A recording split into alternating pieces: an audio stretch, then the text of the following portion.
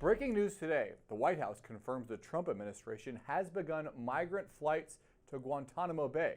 This comes after President Trump signed a memo directing the Departments of Defense and Homeland Security to prepare a 30,000-person migrant facility at the military base in Cuba. Joining me now is The Hill's Brett Samuels with more. Brett, do we know how many migrants so far have been flown to Guantanamo? Yes, we have sort of a rough idea. There have been a couple flights that have left already. One only had about a dozen people on board, the other sort of similar. So we're looking at a few dozen migrants total that are being sent to Guantanamo Bay on these initial flights. So, not exactly the full military planes that we saw, for example, being flown to Colombia. There's not room for them yet. Right. This is still using the facilities that they have already in place. This 30,000 person facility is going to take some time for the Pentagon and for the Department of Homeland Security to get together. It's pretty infamous, Guantanamo Bay is, for harsh conditions. Do we know the type of conditions that these migrants will be held in? Yeah, I think that was a big concern when this was first announced among Democrats, among critics, among watchdogs, was what kind of conditions would these migrants be kept in, given, like you said, sort of Guantanamo Bay is notorious for allegations of torture and improper treatment of prisoners. Kristi Noem, the Department of Homeland Security Secretary, said this weekend that due process would be followed at this facility. So she's, sort of giving an assurance here that there's going to be nothing untoward or outside the bounds of the law happening. But certainly that'll be something I think that watchdogs will have their eye on. The battle over the future of the U.S. agency that delivers overseas humanitarian aid continues to escalate. The White House came up with a list of programs it says are emblematic of abuse of USAID. Take a listen to White House spokeswoman Caroline Leavitt. $1.5 million to advance DEI in Serbia's workplaces, $70,000 for a production of a DEI musical in Ireland, $47,000 for a transgender opera in Colombia, $32,000 for a transgender comic book in Peru. I don't know about you, but as an American taxpayer, I don't want my dollars going towards this crap, and I know the American people don't either, and that's exactly what Elon Musk has been tasked by President Trump to do. Now, Brett, Democrats and foreign aid advocates say USAID saves lives with its programs and furthers U.S. interests around the world. There have been reports about security concerns at a prison camp holding ISIS fighters and their family members in Syria. Is there worry, maybe even among some Republicans, that freezing these U.S. aid programs so quickly and without discretion could in fact be dangerous? Yeah, we've heard certainly from Democrats and from a few Republicans who have pointed to USAID as really an important agency in America's standing in the world for a couple of reasons. One, like you mentioned, obviously there's life-saving aid that is administered through this agency, especially in Africa, the PrEPFAR program, fighting HIV/AIDS, fighting disease spreading in Africa and other continents across the world. That's a core part of what USAID does. So on that hand, that's important. But also we've seen folks argue, including some Republicans, that USAID is sort of a bulwark against influence from China, for example, that it is an agency that represents what America does. It represents America sort of helping and influencing and exerting its power for good, and that's an important sort of counterweight to China as it tries to have a bigger role in the world.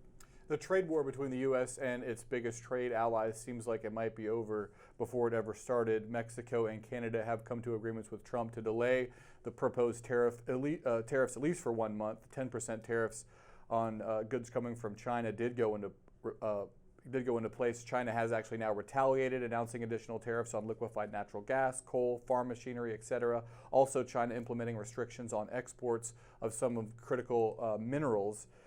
Are we having a trade war or not? Well, I guess it's in the eye of the beholder to an extent. This is one of the things with Trump is that he uses tariffs as sort of a negotiating tool, a leverage tool, and then when he decides that he's gotten enough from another country, he can declare victory and say, look what the tariffs did. The tariffs worked perfectly to get these concessions. Now, critics would say Canada and Mexico were already taking some of these steps to guard their respective borders and limit the flow of fentanyl and migrants into the U.S. But when it comes to China, those tariffs did go through. We saw China retaliate. Already there were some tariffs in place on China, so this is sort of an escalation of that. But certainly it seems like maybe the first shot in what could become a more widespread trade war, because we've seen Trump talk about, he wants to put tariffs on the European Union, he wants to put tariffs on steel and aluminum, he's only delaying these tariffs on Canada and Mexico for a month. So certainly seems like this is the first of more to come. Trump's supposed to be speaking soon with President Xi, so it'll be interesting to see if they come to some kind of an agreement on that additional 10%. Marco Rubio, Secretary of State in Latin America, he's in Costa Rica today. Comes a day after there was this announcement that the president of El Salvador has agreed to accept deportees from the U.S. of any nationality, including, I guess, Americans. Let's take a listen to Rubio speaking from Costa Rica. Obviously, we'll have to study it on our end. There are obviously legalities involved. We have a constitution. We have all sorts of things. But it's a very generous offer. No one's ever made an offer like that. And to outsource at a fraction of the cost, at least some of the most dangerous and violent criminals that we have in the United States. But obviously, the administration will have to make a decision. I raised it yesterday because it's an incredible offer and an unprecedented one. Yes, an incredible and possibly unconstitutional offer. What do you make of that? Is that a serious proposal, or is this El Salvador's president trying to ingratiate himself into a Trump administration who, at times he's had some verbal spats with President Trump? Yeah, I think it's certainly the latter. You can say for sure that the president of El Salvador, like we've seen some other foreign leaders, knows that this will appeal to President Trump, knows this will appeal to the Trump administration, and so he's sort of extending this, potentially illegal olive branch when it comes, we should say, to potentially deporting American citizens. That's something that would be, against the law. We saw Secretary Rubio allude to that they'd have to look at the legalities and the Constitution and all that.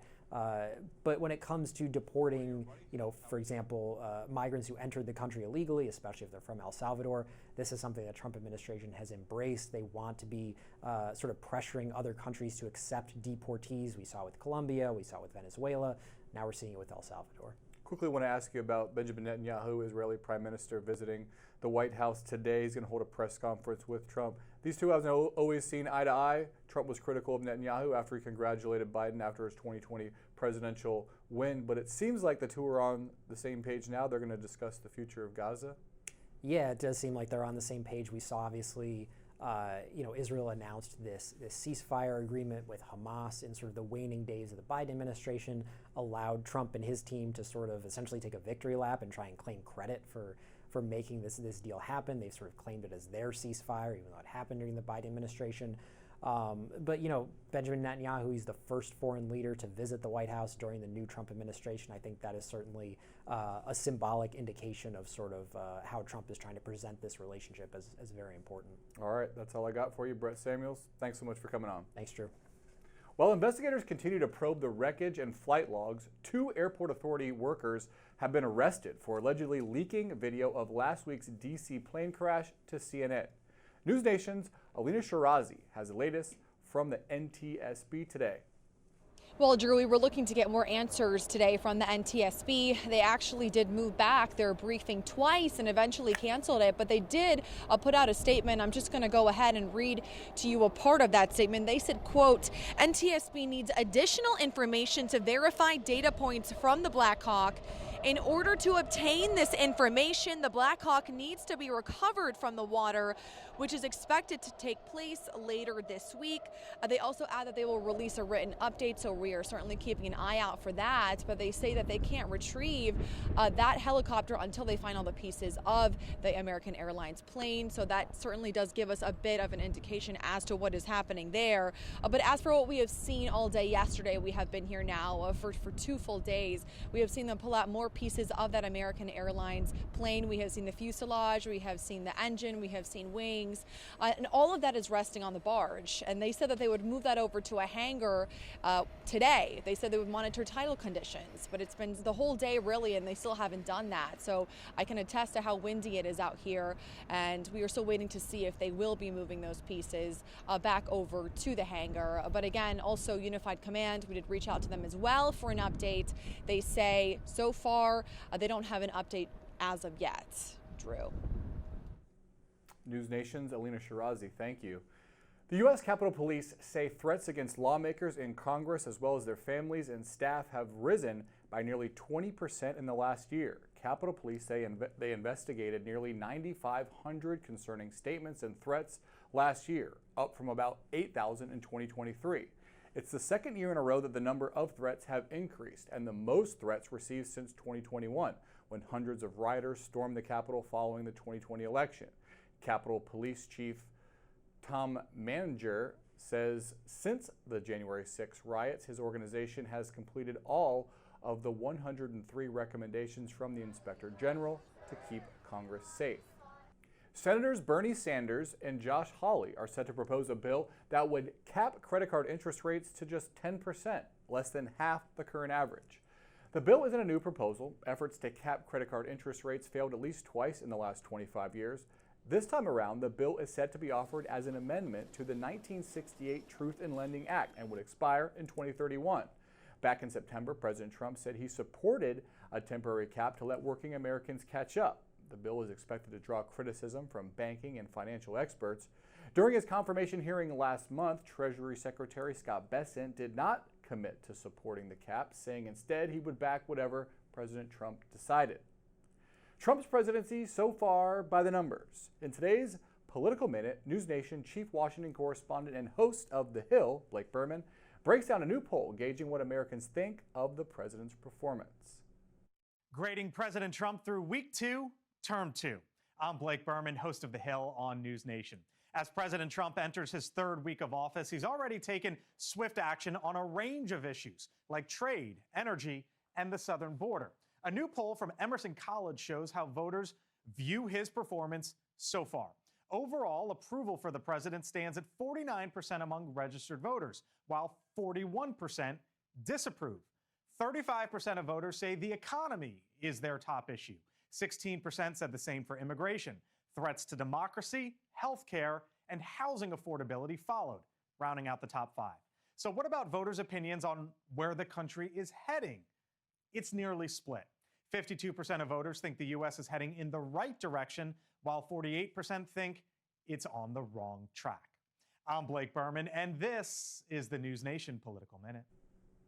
You can find more news and analysis from Blake and our colleagues 24/7 on Newsnation. To find Newsnation on your screen, go to joinnn.com. That's today's Daily Debrief. I'm Drew Petrimoulx. Be sure to like, share, and subscribe to the Hill's YouTube channel. And come back here soon for the intersection between politics and policy.